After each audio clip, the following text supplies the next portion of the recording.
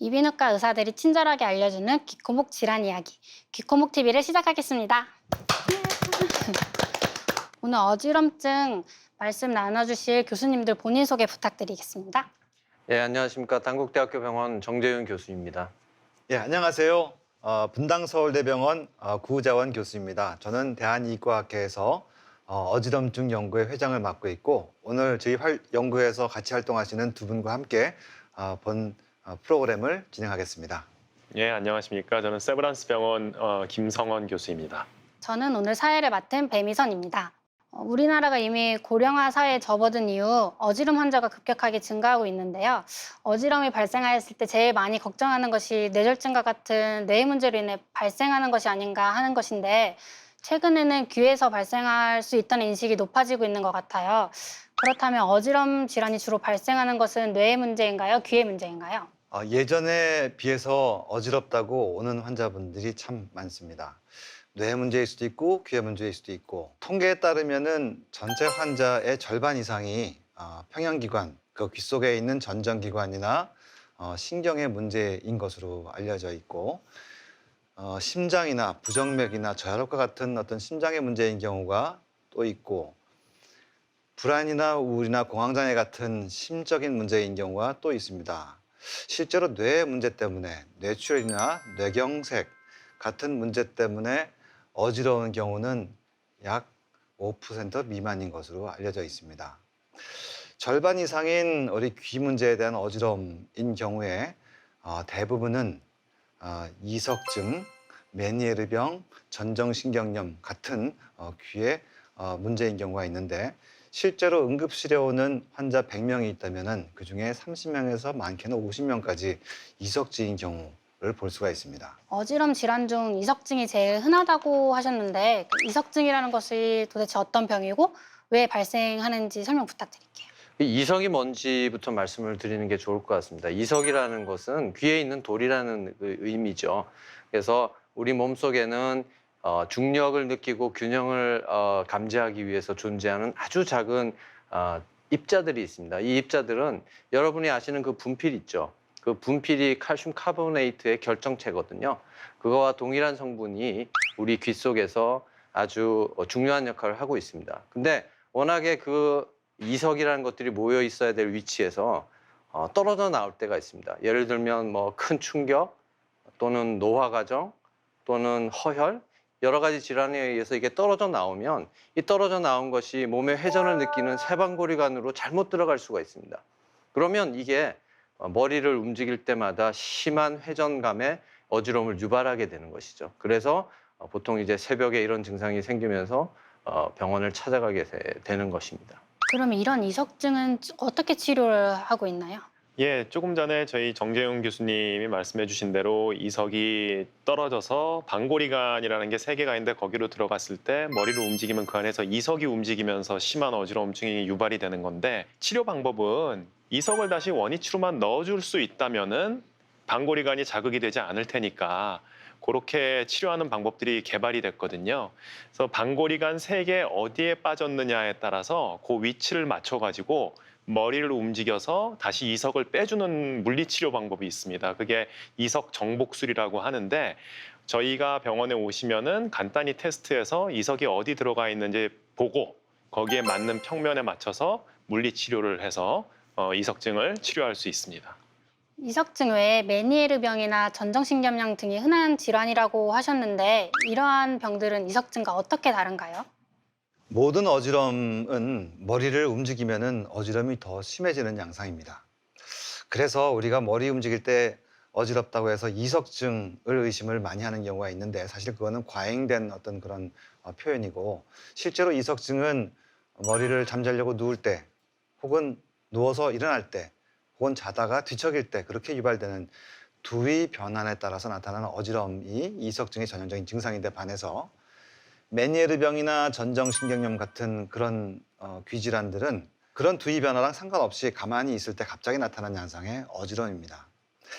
특히 그런 어지럼이 한쪽 귀가 먹먹하거나 잘 안 들리는 난청과 동반돼서 나타나는 어지럼, 특히 그 어지럼증이 한 반나절을 넘지 않을 때 우리가 보통 메니에르병을 의심을 합니다. 그렇지만 이런 난청과 동반된 어지럼이 있을 때 우리는 항상 뇌 MRI를 촬영해서 청신경 종양이 있는지 없는지를 감별을 먼저 하고요.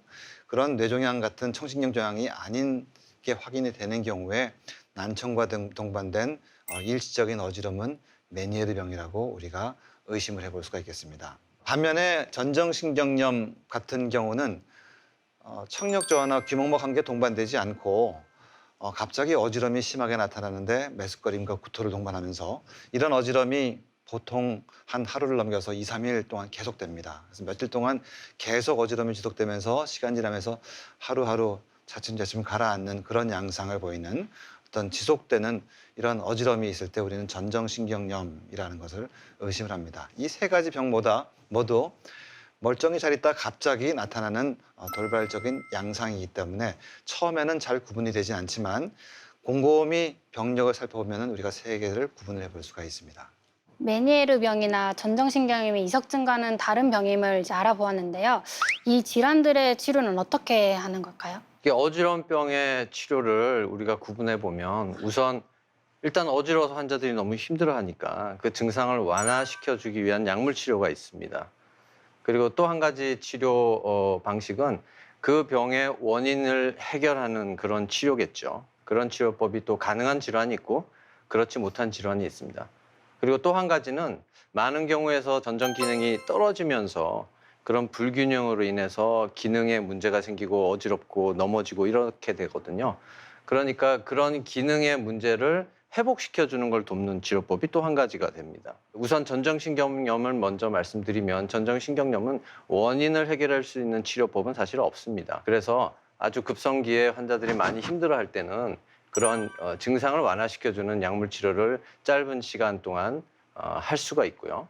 그리고 그 이후에 기능의 회복을 돕기 위해서 전정 재활 치료나 운동법 이런 것들을 통해서 이 기능적인 회복을 도울 수가 있습니다.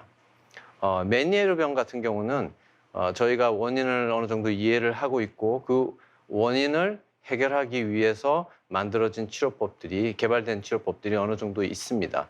그래서 이뇨제 계통의 약물 치료를 통해서 이 내림프 이 압력의 증가를 이렇게 억제시켜 주든지 아니면은 달팽이관의 혈류를 이렇게 도와줌으로 인해서 메니에르병의 그런 병인을 조금 완화시켜주는 그런 치료법이 가능합니다. 역시 메니에르병의 아주 급성기 어지럼을 유발할 때는 증상을 완화시켜주는 그런 약물 치료가 가능하겠고요. 그리고 또한 메니에르병의 특징상 기능이 떨어졌다가 회복되고 이런 것이 자꾸 반복하는 것이 문제입니다. 그래서 앞에 말씀드렸던 그런 약물 치료로 잘 조절이 되지 않을 때는 차라리 기능을 아예 그냥 망가뜨려 버리는 것이죠. 그러면 망가뜨린 상태에서 몸은 자연적으로 회복이 될 수 있는 여지가 있습니다. 그래서 그렇게 돼버리면 전정신경염이 회복이 되고 난 이후에 어지러움을 못 느끼는 것 같은 그런 상황을 만들 수도 있죠. 그러한 식으로 의사가 그런 남아있는 기능을 아예 없애버리는 방법들도 고려를 할 수가 있겠습니다. 뇌에서 발생하는 어지럼 질환은 귀에서 발생하는 질환과 달리 생명과 직결된 문제일 것 같은데요. 뇌졸중 등에 의해 발생하는 어지럼 질환의 특징이나 이럴 때는 응급질환이다라는 것을 알려주시면 감사하겠습니다. 예, 그 뇌 쪽에 문제가 생겨서 어지럼증 단독으로 오는 경우는 그렇게 많지 않습니다. 보통은 다른 증상들이 같이 따라오거든요. 저희 뇌가 상당히 다양한 기능을 가지고 있기 때문에.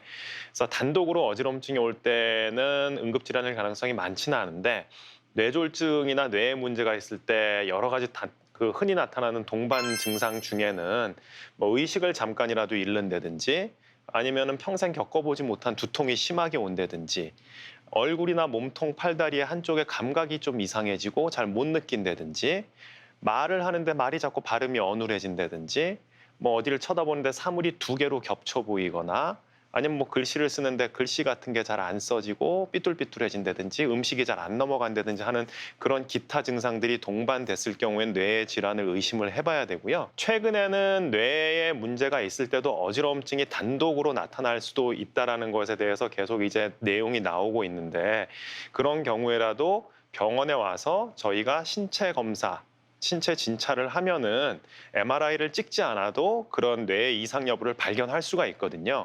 훨씬 더 정확합니다. 그러니까 어지럼증이 있을 때는 걱정이 되시면 바로 병원에 오셔서 그 신체 검사를 잘 받으시고 병력 청취를 적절히 잘 받으시면은 뇌에서 생기는 어지럼증과 귀에서 생기는 어지럼증은 다 감별이 될 수 있습니다. 지금까지 어지럼증의 원인에 대해서 알아보았는데요. 시청자분들에게 많은 도움 되셨길 바라며 오늘 출연하신 교수님들의 마무리 멘트 부탁드릴게요. 네, 그럼 저부터 말씀드리면은 어지럼증은 평상시와는 다른 균형감의 이상을 우리가 보통 표현을 합니다. 이 어지럼증을 초래하는 원인에 대해서 알아봤는데 실제로 귀 속에 있는 평형기관의 이상일 수도 있고 뇌 문제일 수도 있고 심장의 문제일 수도 있고 심적인 문제일 수도 있습니다. 아무튼 몸이 보내는 이러한 비정상적인 신호를 그냥 흘려보내지 말고 잘 원인을 찾아서 치료한다면은 어떤 종류의 어지럼이든 간에 어지럼증은 우리가 적절히 치료해서 어지럼증에서 벗어날 수가 있다는 것을 알면 좋겠습니다. 네, 뭐 이어서 제가 말씀드리고 싶은 것은 어떤 병이 있는 것을 외면하고 방치하는 것도 문제지만 자기가 가지고 있는 병에 대해서 지나치게 불필요한 걱정을 하는 것도 문제인 것 같습니다. 예를 들면 이석증이라는 게 어떻게 치료하는지 설명을 들으셨겠지만 그렇게 해서 치료하고 나면 좋아지는 병이거든요. 근데 그 이후에도 예전과 다른 어지러움을 조금씩 느끼는 것 때문에 불안해하고 일상생활을 못하시고 병원을 찾아다니고 이러는 분들이 많습니다. 따라서 본인이 가지고 있는 문제와 본인이 앓고 있는 질환에 대해서 전문가들과 충분히 상의를 하시고 올바른 지식을 갖게 되시면 본인이 가지는 그런 불필요한 불안이나 이런 거를 떨쳐버리고 쉽게 병을 이겨낼 수 있을 것 같습니다. 제가 말씀드릴 바는요. 그 어지럼증이란 질환 자체가 사실은 그렇게 두려워할 병은 아닙니다. 그 대부분 정확하게 진찰하고 병력 청취를 하면 잘 진단하고 원인을 찾을 수 있는 병들이고요. 모든 병들에 따라서 치료법들이 다 있고 또 잘 치료가 되는 병들이기 때문에 너무 걱정하지 마시고 어지럼증이 발생한 경우에는 전문가와 한번 상담을 받으셔서 정확한 치료를 받으시면 좋아질 수 있는 병이라고 알고 계시면 될 것 같습니다. 네, 오늘 방송을 통해 잘 알게 된 의미 있는 구호를 마지막으로 함께 외쳐볼까요? 어지럼증은 치료될 수 있습니다.